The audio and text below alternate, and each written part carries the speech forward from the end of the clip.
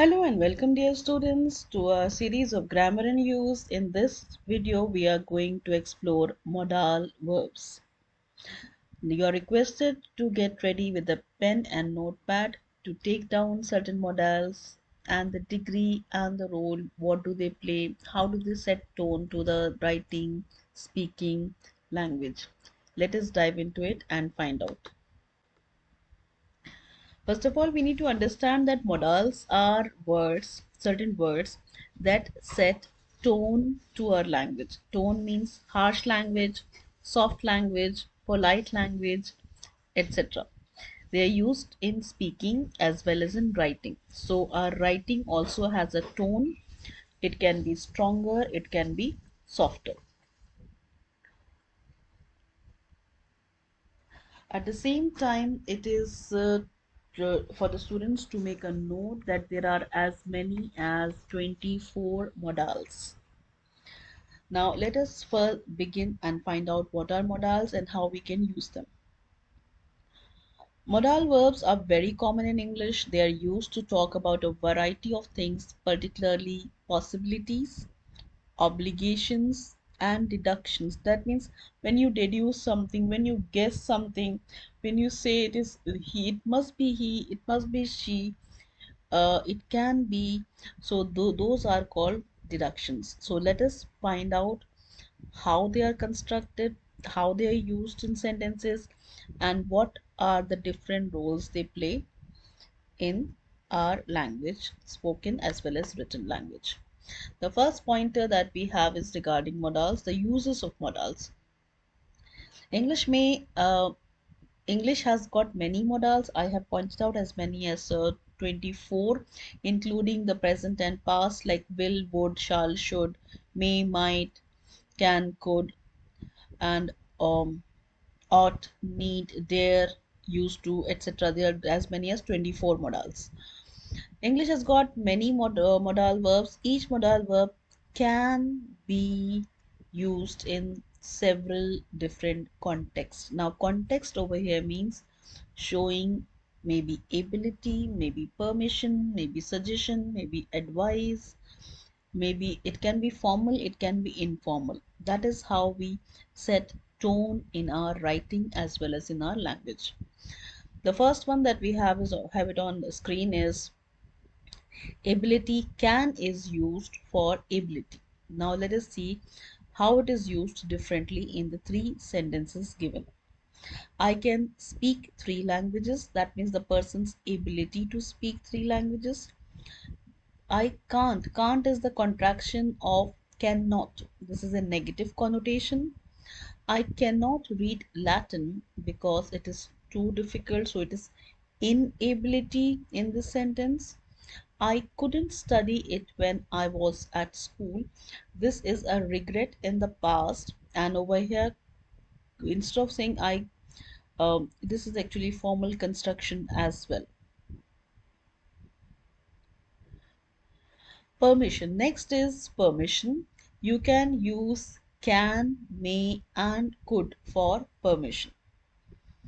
You can have more cake if you want. You can also say you may have more cake if you want.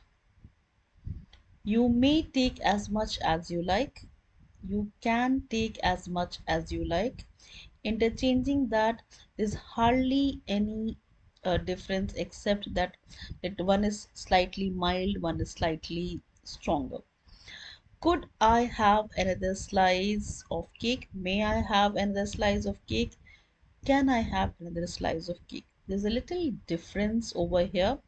Could is used for formal constructions. And if you say, can I have another slice of cake, is a casual way of asking. The correct way to seek permission is, may I have another slice of cake? I hope the difference is understood. When seeking permission, usually you use may instead of can. For example, if you want to enter the class and if you say, can I enter, can I come in please, the person might say you can, that means you do have the ability, but you may not, that means you don't have the permission. So be very careful in your construction. If you are seeking permission, use may. May I come in? And if it is formal, it is could I have another slice of cake? Let us proceed.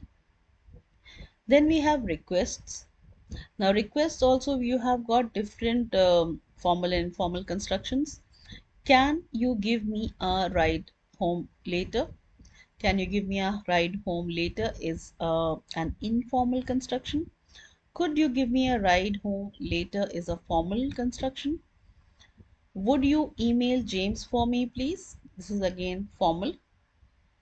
Will you lock up the office tonight? This is an informal construction or a request.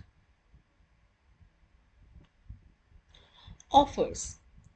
Can I help you with those? You are giving an offer to someone or offering help. May I take one of those for you? Shall I carry some of your bags? Shall is used mostly with the first person, and when you want to pick some option, in that case, you use shall. Can, may, shall, all three are correct in construction but mean something different. Now, suggestions and advice you should go to the doctor, you ought to go to the doctor. Over here, and let me give you the degree of mildness, harshness, or the strength in using or setting tone when you are using should, ought, may, and must. If you say you should, it's a very soft and milder way of telling someone or giving a suggestion or an advice. If you use ought to, this is a very formal way. You ought to go to the doctor. It's slightly stronger but more formal than stronger. But at the same time, if I were to say you must go to the doctor, must doesn't remain a suggestion, it doesn't remain an advice, it has a more of a degree of an order. It is too strong to be a suggestion or an advice. Must becomes an order. And if you say you may go to the doctor, that means a very soft and milder way of saying. So when you arrange these words on a scale of harshness from mild to strong, may comes the lowest, can comes after that, shall, then should, then ought to, then must. Again, the choice of words will be taken off from the degree of mildness to harshness depending on the context that is before you. So pick the words, arrange them on the scale of mildness to harshness, and soft, that is informal to formal, and then try using modals. You could try the new medicine over here. You can try the new medicine. Could is formal suggestion or advice. Next is an obligation. Obligation is you must arrive on time for work. That means you are obliged to arrive. You must not be late for work. This is again an obligation. In that context, it must is used. Now, logical deductions I had vaguely pointed out in the very beginning. It is when you are guessing something and you are assuming and then pointing out. You can say, it can't be Jane because she is on vacation. That means it cannot be Jane. You are coming to some, you are deducing from the context, so logical deductions. It could be Dave, I don't know. It might be Dave, I don't know. It may be Dave, I don't know. The person who's calling. You're guessing over here.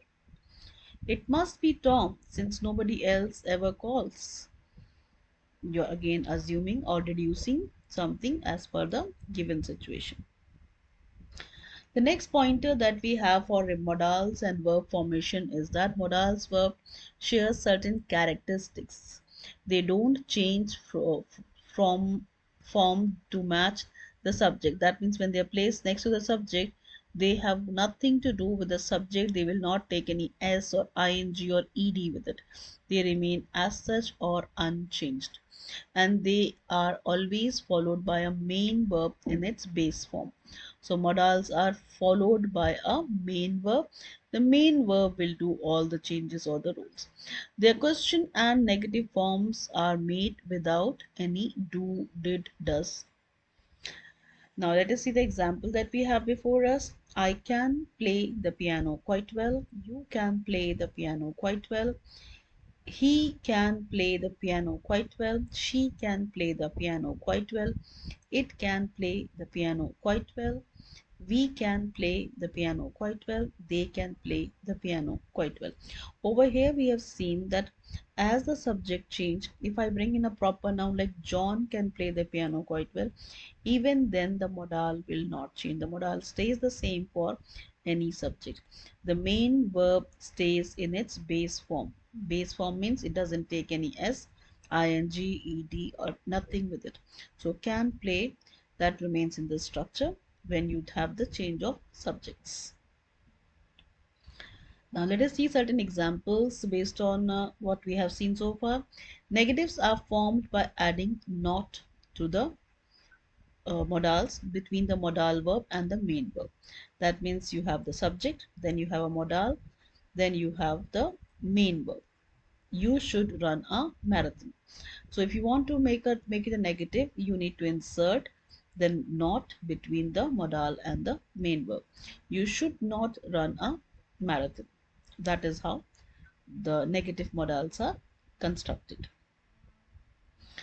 Then we have forming questions. Questions are usually formed by swapping, that means interchanging the subject and the modal verb.